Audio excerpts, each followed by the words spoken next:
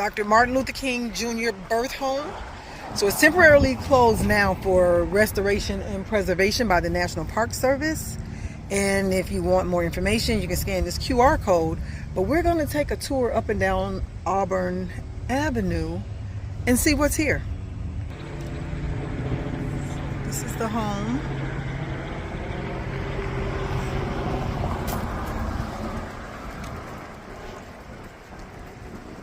This is the birth home of Martin Luther King Jr., Sweet Auburn neighborhood. There's a store right next door to the home. It is the Park Store. You can get visitor info. There's a photo exhibit, books, gifts. And the story. 501 Auburn Avenue, Atlanta, Georgia, is the birth home of Dr. Martin Luther King Jr. He was born here on January 15th, 1929. Dr. King lived here until the age of 12. So here we have Dr. King's grandparents. Jenny Celeste and Reverend Adam Daniel A.D. Williams purchased the birth home in 1909. So we have the family portrait. Top row is Alberta Christine, Mama King, the mother. Martin Luther King Sr., Daddy King, his father. Jenny Celeste Williams on the right is the grandmother. Bottom row is Alfred Daniel A.D. King, his brother. The center, Christine King Ferris, is his sister, and Martin Luther King Jr. on the right. Just got my goodies, just got my goodies. You want to see what I got? You want to see what I got? Buying new books was not on the bingo card, but I had to get this one. So I got a bookmark with the home. And then I have the autobiography of Dr. King. A nice bag, souvenir. So let's keep the tour going. The Ebenezer Baptist Church help us keep clean the historical district. We're on Auburn Avenue. Now we have some private residences here. I'm not going to show them because they're private, but they know that they're on a popular street, so they want to make sure that people know that don't stop here, because this is not a part of the preserved historic district. And we're going to keep this party going. So these are shotgun houses. So these duplexes are typical of the houses where Atlanta's blue-collar laborers lived in the early 1900s. The Empire Textile Company built them for its white mill workers, but they moved out after the 1906 Atlanta race riot, and blacks began renting them. The houses generally are 1 room wide and up to 4 rooms deep. They are called shotgun houses because the interior and exterior doorways are aligned, so a shot supposedly could be fired through them from front to back. Another theory is that the name comes from the African word Tugun or Togun, which means place of assembly. All right. So the backs of the houses hummed with activity as women washed clothes and prepared meals while their children played in the yards. And the militia was called out when whites and blacks clashed in a violent race riot in September 1906. All right, let's keep it going. So the residence that's connected to that duplex is a private one, so we won't go to that one. So let's see what we have here. The birthplace. For his first 12 years, Martin Luther King Jr. lived in the comfortable middle-class home across from him. 2 cultural values distinguished the King household: a strong sense of family and the ever-presence of religion. Bad behavior often met a stern response. Good behavior received a warm embrace. Evening meals always waited until Daddy King came home. Prayer and scripture readings punctuated each day. Daddy King's status as a pastor at Ebenezer and strong maternal influences ensured a stable and secure upbringing for the King children. While the anguish caused by the Depression swirled all around them, the Kings lived comfortably, their home and church a neighborhood mainstay. My mother and father went out of their way to provide everything for their children. I went right on through school. I never had to drop out to work or anything. And you know, I was about to conclude that life had been wrapped up for me in a Christmas package. And that's the words of Dr. Martin Luther King Jr. from his speech, Why Jesus Called a Man a Fool, August 27, 1967. Dr. King returned often to his neighborhood here with two of his own children, Martin III and Yolanda. The home was acquired by the King Center in 1971. It opened to the public in 1975. The King family, about 1939, front from left to right, Alfred, Daniel, A.D., Christine, and Martin. Standing, Martin's mother, Alberta Williams King, Martin Luther King Sr., and grandmother Jenny Williams, who lived with the family until her death in 1941. The home. Young Martin Luther King Jr.'s childhood here was entirely normal. He did his chores and received his allowance. Neighbors often saw him bouncing a ball off the side of the house or riding his bike along the street. He fought with his brother. He once hit his brother A.D. over the head with a phone. Oh, wow. Though physically small, he was intensely competitive. Neighborhood kids risked getting hurt when playing against him in football or basketball. King's boyhood home dates to 1895. Its 14 rooms were enough to house an extended family, which it did throughout ML's youth. At the time of King's birth, the home belonged to his maternal grandparents. They lived downstairs. He, his siblings, and his parents upstairs.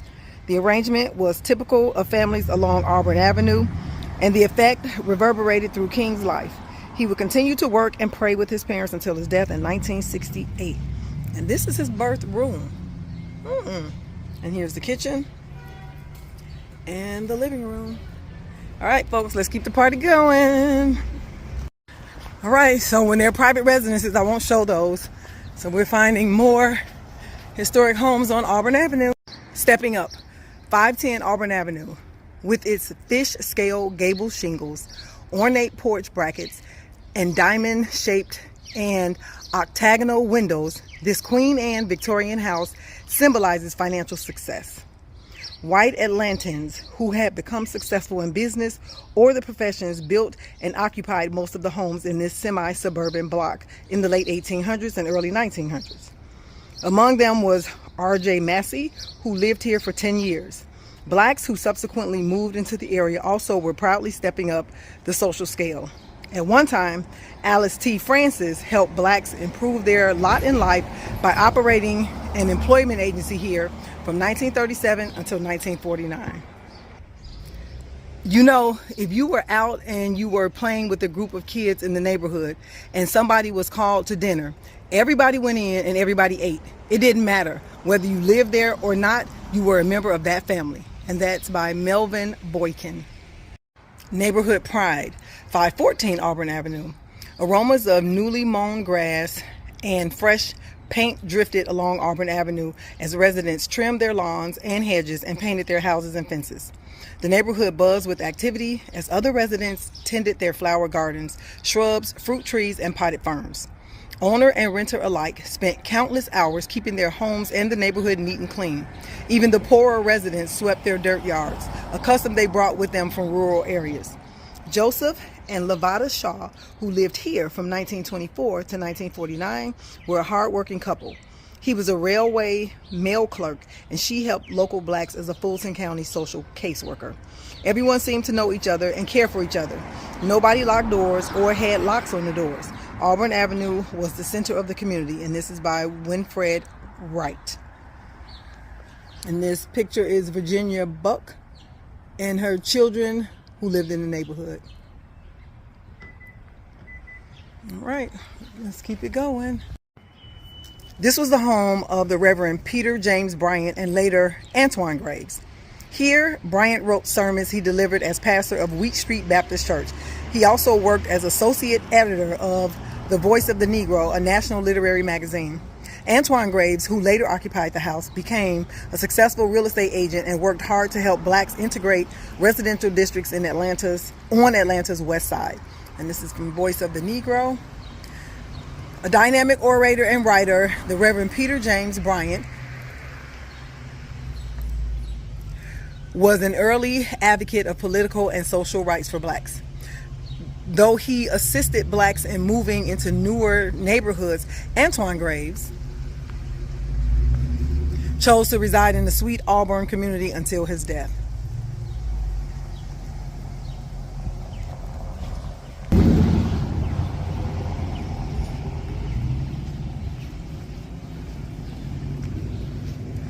a relaxing atmosphere. 526 Auburn Avenue. Auburn Avenue was like a parade ground. Families and friends were constantly visiting back and forth. In the evenings, couples such as Frank and Eula Kirk, who lived here for 40 years, relaxed in rocking chairs and wicker swings as they chatted with neighbors on the next porch and passers-by. Boys and girls played marbles and hopscotch, stretched their legs on seesaws and swing sets, and pedaled their bicycles up and down the streets. Out back, mothers, fathers, and grandparents tended vegetable gardens, trimmed hedges, and gossiped over the fence with neighbors. So here's one porch, and there's an adjoining porch. Yes, we made scooters out of skate wheels when we got tired of skating from December through January, February. If you didn't wear out your skates, you take them apart and make a scooter out of 2x4s and skate wheels. And that's Winfred Wright. And so here we are with some people from the neighborhood. So let's head next door.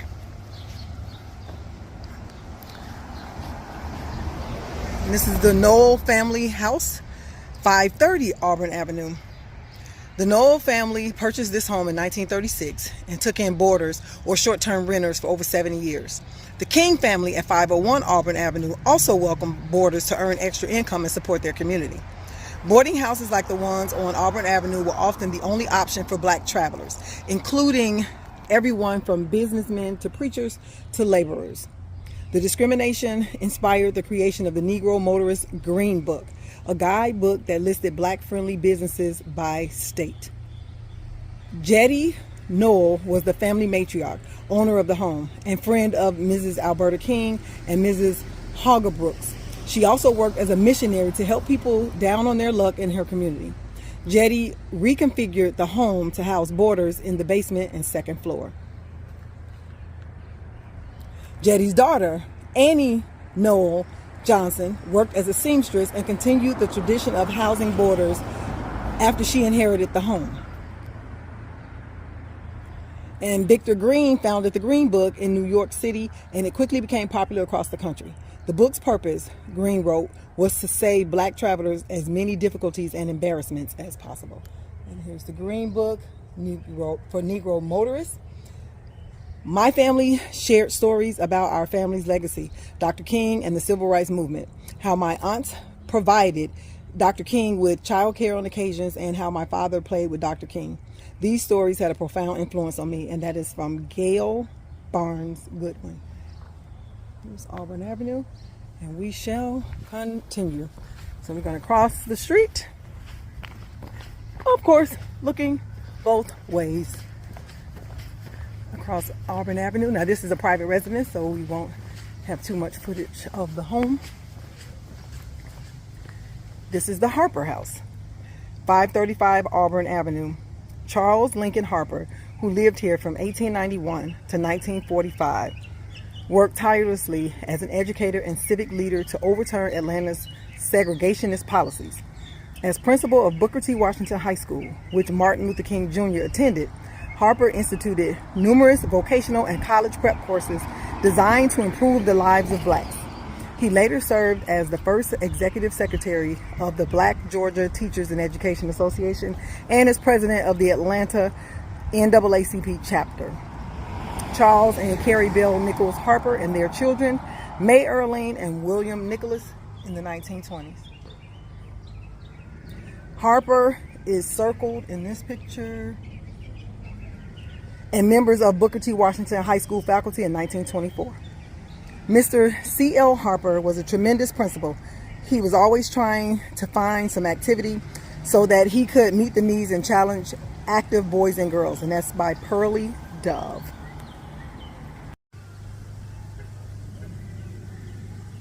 Bryant Preparatory Institute, 533 Auburn Avenue. After working all day, blacks crowded into 5 rooms over a grocery store here to take courses at Sylvia Bryant's Adult Night School. Bryant Preparatory Institute had 4 teachers and a full enrollment of 175 students when it opened in 1910. Public schools at that time were segregated and extended only to the 8th grade for blacks. Mrs. Bryant's school and other private academies provided blacks such as Martin Luther King Sr. with opportunities for higher education. Sylvia Jenkins Bryant offered courses in reading, writing, arithmetic, dressmaking, printing, and other trades. Her husband, the Reverend Peter James Bryant, taught a course for up-and-coming preachers. And this is the Bryant Institute students and faculty listed, pictured here. And that is Sylvia Jenkins Bryant. I just dug into the work over and over, working all the time, carrying my books with me wherever I went, reading, going over the lessons until they were ready to pop out of my ears. And this is Martin Luther King Sr., who, as a truck driver, started at Bryant at age 20 in the 5th grade and went on to college.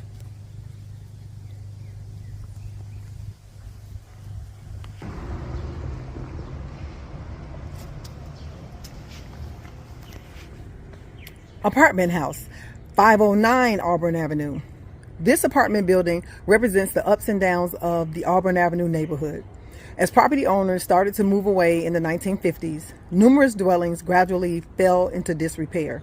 Since 1982, the National Park Service and various civic organizations have conducted historic research projects on the buildings. The National Park Service has rehabilitated, restored, and in this case, reconstructed several buildings to their appearance in 1929 and 1941 when Martin Luther King Jr. lived in the neighborhood. So it fell into the disrepair and they reconstructed the building. So this is about to collapse and beyond repair. The house was demolished in 1990 and reconstructed in 1997 by the National Park Service. So here we are. And so we have enjoyed our time here on Auburn Avenue. And we are now back where we started. So the construction continues. And this is the birth home of Martin Luther King Jr. And this is a sweet Auburn neighborhood.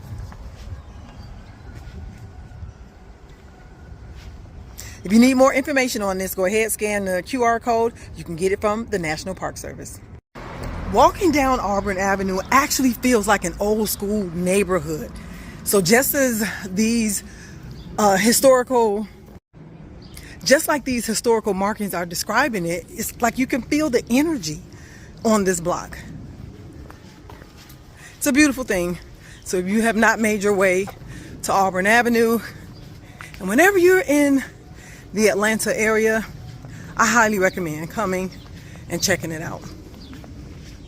It's one of those things where you got to be there. You can hear the story, but you can feel it when you're there. It's like Michael Jackson says, got to be there, got to be there, be there. If you make your way down Auburn Avenue, you'll end up at the Martin Luther King Jr. National Historical Park. Now is the time to lift our national policy from the quicksand of racial injustice to the solid rock of human dignity. And that's by Dr. Martin Luther King Jr. And here we are at the center walkway. And you can go in and take a look around and hang out for a while. And this is at 450 Auburn Avenue. And directly across the street from the National Historical Park is the Martin Luther King Jr. Center for Nonviolent Social Change. So all this is on Auburn Avenue. I have the audacity to believe that peoples everywhere can have 3 meals a day for their bodies, education and culture for their minds, and dignity, equality, and freedom for their spirits. And this is Dr. Martin Luther King Jr. The church has always been a second home for me. As far back as I can remember, I was in church every Sunday. It was the Sunday school that helped me to build the capacity for getting along with people. That's Dr. Martin Luther King Jr. What church? Bam! Ebenezer Baptist Church. Let's go. And this is across the street from the center. So here we are at Ebenezer Baptist Church. And this is 407 Auburn Avenue. And this church was organized by Reverend J.N.O. Parker, November 1886. Rebuilt by Reverend A.D. Williams, D.D. Williams, who was called to this church March 14th, 1891. We got the deacon board listed. You gotta have a deacon board. This is Ebenezer Baptist Church. Ebenezer Baptist Church Heritage Sanctuary, 407 to 413 Auburn Avenue. Ebenezer Baptist Church has been designated a National Historic Landmark. This site possesses national significance in commemorating the history of the United States of America. May 5th, 1977, the National Park Service, United States Department of the Interior. Ebenezer Baptist Church Heritage Sanctuary, 407 to 413 Auburn Avenue. Ebenezer Baptist Church has been a spiritual, social, and political center, a home away from home for generations of Black Atlantans. Under the leadership of the Williams and King families, the church dedicated itself to helping individuals with their everyday food, shelter, and health needs. During the civil rights movement of the 1950s and 1960s, Ebenezer gained worldwide reputation as a springboard for educational, voter registration, and other civic reform.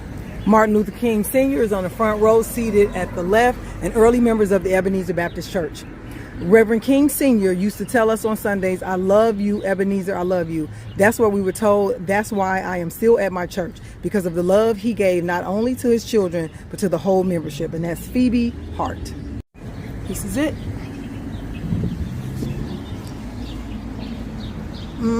Got the bulletin board outside. Here we are. But this is it. Ebenezer Baptist Church in Atlanta, Georgia. Birthplace of Dr. Martin Luther King Jr.